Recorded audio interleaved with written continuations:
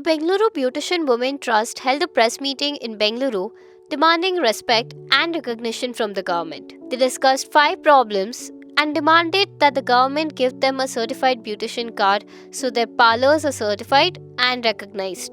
Several beauticians spoke about the problems they faced during the COVID and demanded proactive measures from the government. Some of the beauticians also discussed the problems faced due to the digital makeup related content on Instagram and YouTube.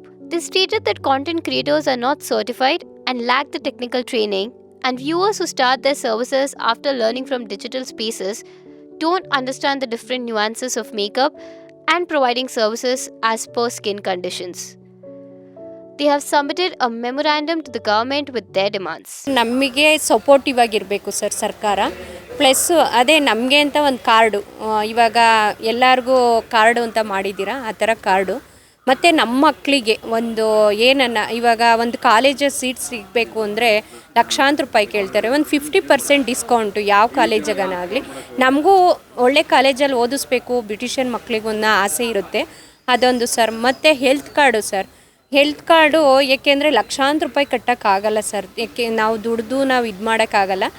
ಒಂದು husband ಇಲ್ದವ್ರು ಇದ್ದಾರೆ, ಮದುವೆ ಆಗದಿಲ್ದವ್ರು ಇದ್ದಾರೆ ಬ್ಯೂಟಿಷಿಯನ್ಸಲ್ಲಿ, ಅಂಥವ್ರಿಗೆ ಎಲ್ಲರಿಗೂ ಒಂದು health card ಅಂತ ಬೇಕು ಅಂತ ಕೇಳ್ಕೊತಾ ಇದ್ದೀವಿ ಸರ್. ಇನ್ನೊಂದು ಏನು ಕೇಳ್ಕೊತಾ ಇದ್ದೀವಿ ಅಂದರೆ 60 ವರ್ಷ ಆದಮೇಲೆ ಒಂದು ನಾರ್ಮಲಿ ಲಿಮಿಟೆಡ್ ಫ್ಯಾಕ್ಟ್ರಿ ಒಳಗೂ ಪೆನ್ಷನ್ ಅಂತ 3,000 4,000 5,000 ಅಂತಾರೆ ನೋಡಿ. ಇವಾಗ ಸಿದ್ದರಾಮಯ್ಯ ಸರ್ ಅವರು ಮನೇಲಿರೋ ಮಹಿಳೆಯರಿಗೂ 2,000 ಅಂತ ಹಾಕ್ತಾಯಿದ್ದಾರೆ. ಆದರೆ ಬ್ಯೂಟಿಷಿಯನ್ ಹೋಗಿ ಅದನ್ನು 2,000 ತೊಗೊಳೋಣ ಅಂದರೆ ನಿಮ್ಮದು ಟ್ಯಾಕ್ಸ್ ಕಟ್ತಾ ಇದ್ದೀರಮ್ಮ, ನಿಮಗಾಗಲ್ಲ ಅಂತಾರೆ. ಅದಕ್ಕೆ ಬ್ಯೂಟಿಷಿಯನ್ ಯಾವ ರೀತಿ ಸರ್ ಸಪೋರ್ಟು? ಅವ್ರಿಗೂ ಒಂದು 60 ವರ್ಷ ಆದಮೇಲೆ ಪೆನ್ಷನ್ ಥರ ಮಾಡಲಿ ಅಂತ ಕೇಳ್ಕೊತಾ ಇದ್ದೀವಿ ಸರ್. ಆಮೇಲೆ ನಮಗೆ ಒಂದು ಯಾವುದೇ ರೀತಿ ನ್ಯಾಯ ಸಿಗಲಿ ಸರ್. ಬ್ಯೂಟಿಷಿಯನ್ಗೆ ಅಂತ ಒಂದು ಗೌರವ ಬೇಕು ಸರ್, ಮೇನ್ ಇಂಪಾರ್ಟೆಂಟು. ಗೌರವ ಇಲ್ಲ, ಗೌರವ ಬೇಕು ಅಂತ ನಾವು ಕೇಳ್ಕೊತಾ ಇದ್ದೀವಿ ಸರ್. ಬ್ಯಾಂಗ್ಳೂರು ಟೋಟಲಿ ಅಂದಾಜು ನಮಗೆ ಕರೆಕ್ಟಾಗಿ ಗೊತ್ತಿಲ್ಲ, ಆದರೂ ಒಂದು 8,000 ಮ್ಯಾಕ್ಸಿಮಮ್ ಇರ್ಬೋದು ಅಂದ್ಕೊಂಡಿದ್ದೀವಿ. ಅದರಲ್ಲಿ ಲೀಗಲಾಗಿ ಇರ್ಬೋದು ಸರ್ ಒಂದು 7,000. ಇನ್ನೊಂದು 1,000 ಅಂತೂ ಮ್ಯಾಕ್ಸಿಮಮ್ ಈ ಥರ ಅರ್ಧ ಕಲ್ತ್ಬಿಟ್ಟು ವಿತೌಟ್ ಲೈಸೆನ್ಸು ಸರ್ಟಿಫಿಕೇಟ್ ಇಲ್ದಲೇ ಮಾಡ್ತಾ ಇರೋದು 1,000 ಮೇಲ್ಪಟ್ಟು ಇರ್ಬೋದು ಅಂದ್ಕೊಂಡಿದ್ದೀವಿ. ಅದನ್ನೆಲ್ಲ BBMP ಅವ್ರಿಗೆ ಅದಕ್ಕೋಸ್ಕರ ನಾವು ಲೆಟ್ರ್ ಕೊಟ್ಟಿದ್ದೀವಿ. ಇದನ್ನೆಲ್ಲ ನೀವು ಖುದ್ದಾಗಿ ಹೋಗಿ ಪ್ರತಿ ಪಾರ್ಲರ್ಗೂ ಹೋಗ್ಬಿಟ್ಟು ನೀವು ವಿಚಾರಿಸಿ ನೋಡಿ ಅವ್ರ ಲೈಸೆನ್ಸ್ ಇದೆಯಾ, ಎಷ್ಟು ವರ್ಷ ಸರ್ವಿಸ್ ಇದೆ, ಅವ್ರ ಕೆಲಸ ಹೇಗಿದೆ ಅಂತ ವಿಚಾರಿಸಿ ಅಂತ ಲೆಟರ್ ಕೊಟ್ಟಿದ್ದೀವಿ. ಅವರು ಅದಕ್ಕೆ ಸರ್ಕಾರ ನಮಗೆ ಆಜ್ಞೆ ಹೊರಡಿಸ್ಬೇಕು, ನಮಗೂ ಅದಕ್ಕೂ ಸಂಬಂಧ ಇಲ್ಲ ಅಂತ ಹೇಳಿದರು. ಹಾಗಾಗಿ ಸರ್ಕಾರ ಇದ್ರ ಬಗ್ಗೆ ಗಮನ ಹರಿಸಿದರೆ ಮಾತ್ರ BBMP ಅವರಿಗೆ ಅವರು ಸರ್ಕಾರ ಆಜ್ಞೆ ಕೊಡಿಸಿ ಈ ಥರ ಪಾರ್ಲರ್ಗೆ ಯಾರು ಲೈಸೆನ್ಸ್ ಕೇಳಕ್ಕೆ ಬಂದರೆ ಅಥವಾ ಬಂದಿಲ್ಲ ಅಂದರೆ ಹೊಸ ಯಾವುದಾದ್ರೂ ಪಾರ್ಲರ್ ಓಪನ್ ಮಾಡಿದರೆ ಖುದ್ದಾಗಿ BBMP ಅವರು ಹೋಗಿ ಪಾರ್ಲರ್ ಓಪನ್ ಮಾಡುವಾಗ ಸರ್ಟಿಫಿಕೇಟ್ ಇದೆಯಾ, ಲೈಸೆನ್ಸ್ ಇದೆಯಾ ಅಂತ BBMP ಅವ್ರು ಕೇಳಬೇಕು ಅಂತ ಸರ್ಕಾರ ಆಜ್ಞೆ ಹೊರಡಿಸ್ಬೇಕು ಸರ್. ಫೋನಲ್ಲೇ ಈಗ ಬುಕ್ ಮಾಡ್ಕೊಳ್ತಾರೆ. ಆಮೇಲೆ ಇವಾಗ ಕೆಲವೊಂದು ಬ್ಯೂಟಿ ಪಾರ್ಲರ್ಸ್ ಎಲ್ಲ ಆನ್ಲೈನಲ್ಲೇ ಅಪ್ಲೋಡ್ ಮಾಡಿರ್ತಾರೆ. ನಾವು ಅಂಥವು ಯಾವುದೂ ಮಾಡಿಲ್ಲ ಸರ್. ಯಾಕಂದರೆ ನಾವು ಮೂಲತಃ ನಾವೆಲ್ಲ ಹಳ್ಳಿಯವರು. ನಾವು ಕರ್ನಾಟಕದಲ್ಲಿ ಬೇಸಿಕ್ ಎಲ್ಲ ಕಡೆ ಹಳ್ಳಿಯಿಂದ ಬಂದು, ನಾವು ಕೂಡ ನಾನು ಮೂಲತಃ ಚಿಕ್ಕಮಂಗ್ಳೂರವಳೆ. ನಾನು ಇಲ್ಲಿ ಬಂದು ಸೆಟ್ಲಾಗಿ 23 ವರ್ಷ ಆಯಿತು. ನಾವು ಆ ಕಾಲ ಎಜುಕೇಷನಲ್ಲಿ ನಾವು ನಮಗಿದೆಲ್ಲ ಗೊತ್ತಿಲ್ಲ, ಇದರಲ್ಲಿ ಅಪ್ಲೋಡ್ ಮಾಡಬೇಕು, ಅದನ್ನು ಫಾಲೋ ಮಾಡಬೇಕು ಅಂತಾಗಿ. ಈಗಿನ ಜನ್ರೇಷನ್ನು ಖಂಡಿತ ಆಗಿ ಮಾಡ್ತಾರೆ. ನಮಗೆ ಕೆಲಸ ಗೊತ್ತಿದ್ದು ಸರ್ವಿಸ್ ಇದ್ದರೂ ಅದರ ಪ್ರಯೋಜನ ಆಗ್ತಾಯಿಲ್ಲ ಸರ್. ಅದೊಂದು ದಿನ ಸ್ಕಿನ್ಗೂ ಪ್ರಾಬ್ಲಮ್ ಆಗುತ್ತೆ, ಯಾಕಂದರೆ ಅವ್ರು ಅನಲೈಸ್ ಮಾಡಿರಲ್ಲ.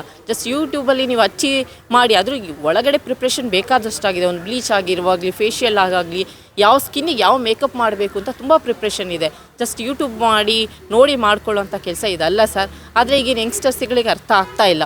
ಏನೋ ಯೂಟ್ಯೂಬ್ ನೋಡ್ತಾರೆ, ಐ ಶಾಡೋ ಯಾವ ಕಣ್ಣಿಗೆ ಹಾಕಬೇಕು, ಅಲ್ಲಿ ಸರ್ಜರಿ ಮಾಡಿರ್ತಾರೆ, ಕೆಳಗೆ ಐ ಒಳಗೆ ಲೆನ್ಸ್ ಹಾಕಿರ್ತಾರೆ, ಅದು ಯಾವುದೋ ಅವರ ಗಮನಕ್ಕೆ ಬರದಲ್ಲೇ ಐ ಮೇಕಪ್ಗಳು ಮಾಡ್ಕೊಳ್ತಾ ಇದ್ದಾರೆ ಸರ್. ಖಂಡಿತ ಅದು ಪ್ರಾಬ್ಲಮ್ ಆಗುತ್ತೆ. ಸರ್ಕಾರಕ್ಕೆ ನಾವು ಹೇಳಿದ್ವಲ್ಲ ಸರ್, ಈಗ ನನ್ನ ಸ್ನೇಹಿತರು ಹೇಳಿದಾಗೆ ಈ 5 ನಮ್ಮ ಪ್ರಾಬ್ಲಮ್ಸ್ಗಳನ್ನ ನಾವು ಸರ್ಕಾರ ಮುಂದೆ ಇಟ್ಟಿದ್ದೀವಿ.